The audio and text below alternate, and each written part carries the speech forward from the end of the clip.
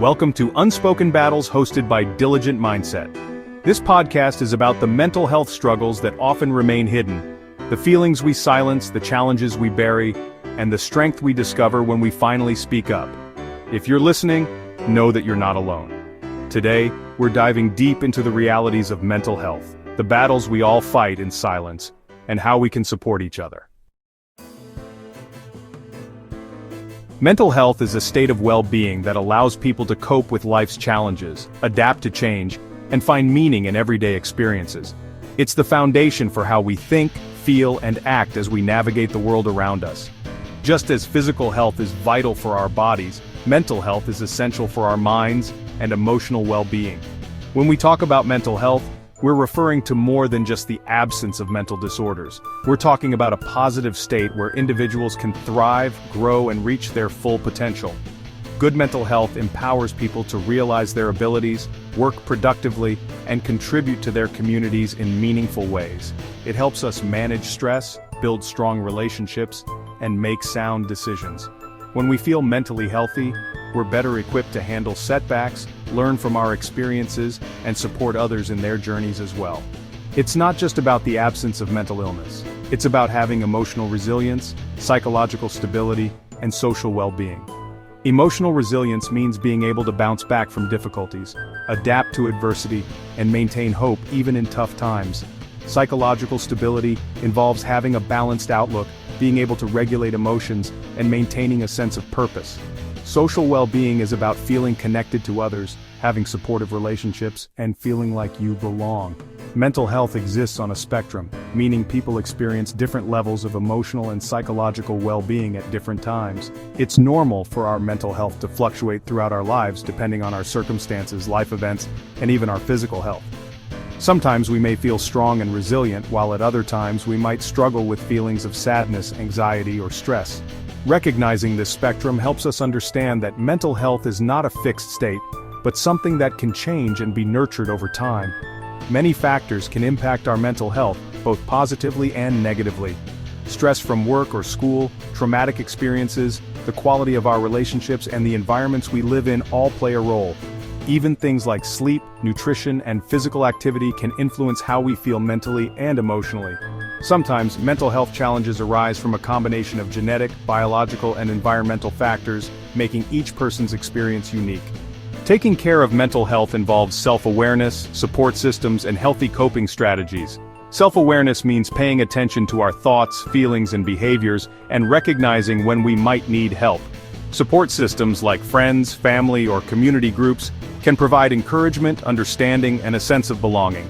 Healthy coping strategies might include regular exercise, creative activities, practicing mindfulness, or seeking professional help when needed. It's important to remember that everyone's mental health journey is different. What works for one person may not work for another, and that's okay. The key is to find what helps you feel balanced, supported, and resilient. Sometimes this means reaching out for help, whether through therapy, counseling, or simply talking to someone you trust. Other times it might mean making small changes in your daily routine, like getting more sleep, spending time in nature, or practicing gratitude. Whether through therapy, mindfulness, or simply talking to someone, prioritizing mental well-being is essential for overall health. We shall dive deep into these coping mechanisms later in this podcast. By making mental health a priority, we not only improve our own lives but also help create healthier, more supportive communities. The World Health Organization, or WHO, defines mental health as a state of mental well-being that enables people to cope with the stresses of life, realize their abilities, learn well, and work well, and contribute to their community. This definition highlights the importance of mental health in every aspect of our lives, from learning and working to building relationships and making a difference in the world. Mental health is not just a personal issue, it's a collective one. When communities support mental well-being, everyone benefits. Schools, workplaces, and governments all have a role to play in promoting mental health and reducing stigma. By talking openly about mental health, we can break down barriers, encourage people to seek help, and foster a culture of compassion and understanding. Ultimately, mental health is an integral component of health and well-being, influencing our ability to make decisions, build relationships, and shape the world around us. By understanding and prioritizing mental health, we lay the groundwork for a more fulfilling, connected, and resilient life.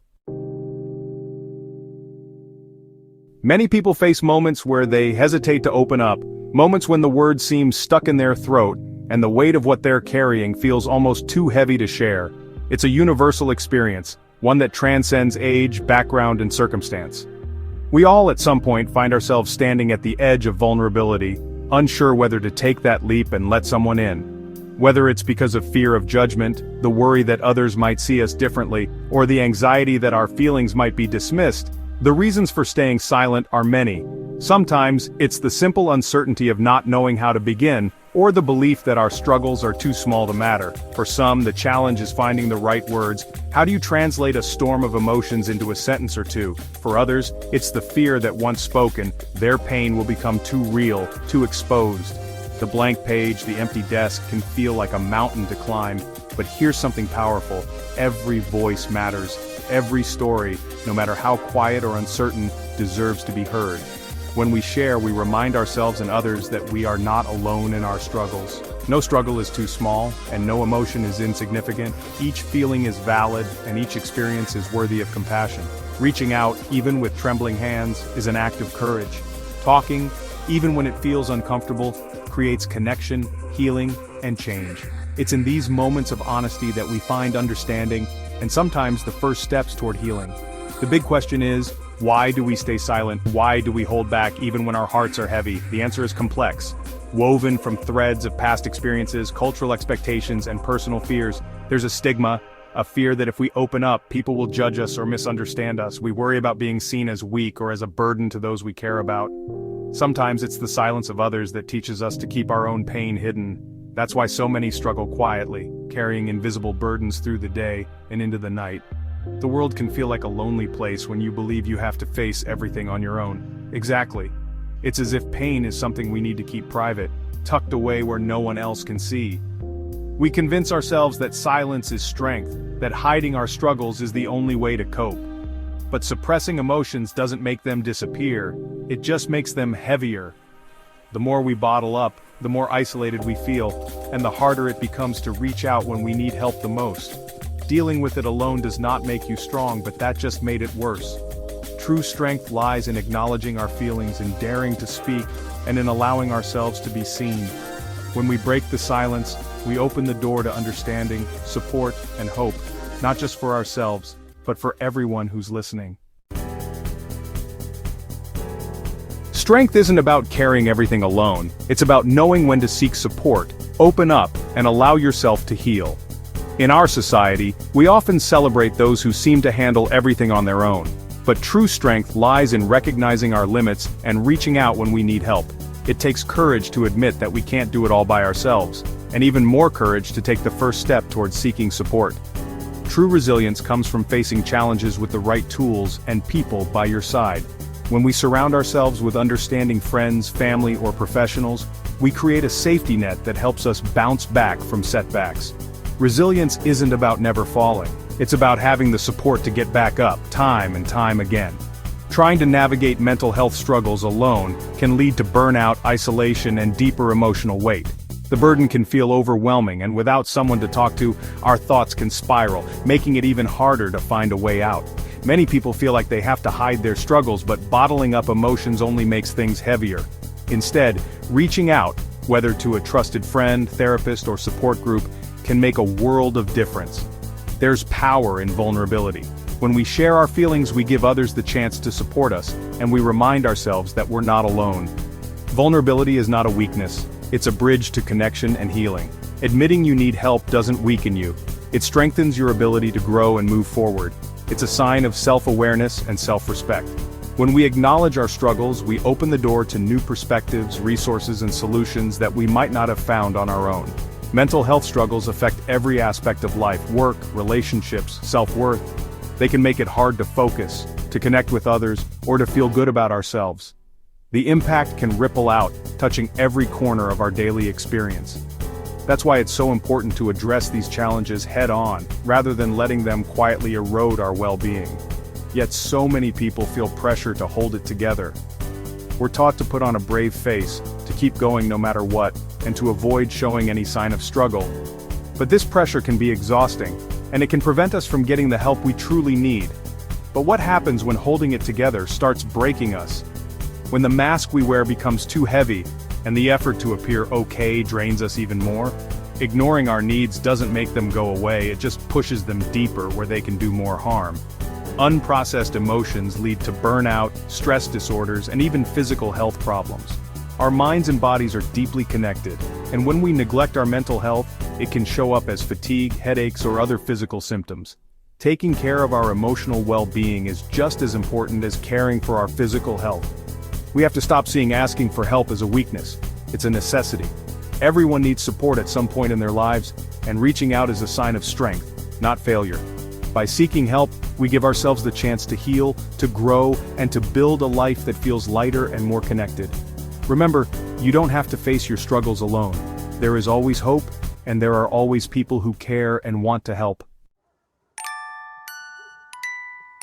There's power in accepting where you are instead of pretending everything is fine. But how do we actually start healing? Healing starts with honesty and recognizing emotions instead of avoiding them. Small steps like expressing feelings in a journal, talking to a friend, or seeking therapy can make a difference. Let's listen to what Mr. Evans told me a while back. He said, unquote, for the first time, I told someone about my depression. Their response changed everything. It wasn't judgment, it was understanding. End of quote. That moment is powerful.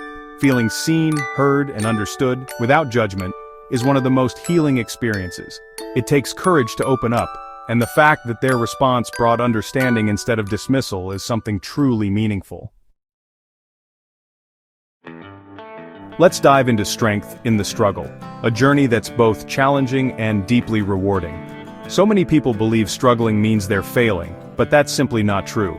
Surviving a storm makes you stronger, not weaker. It builds resilience and courage within you.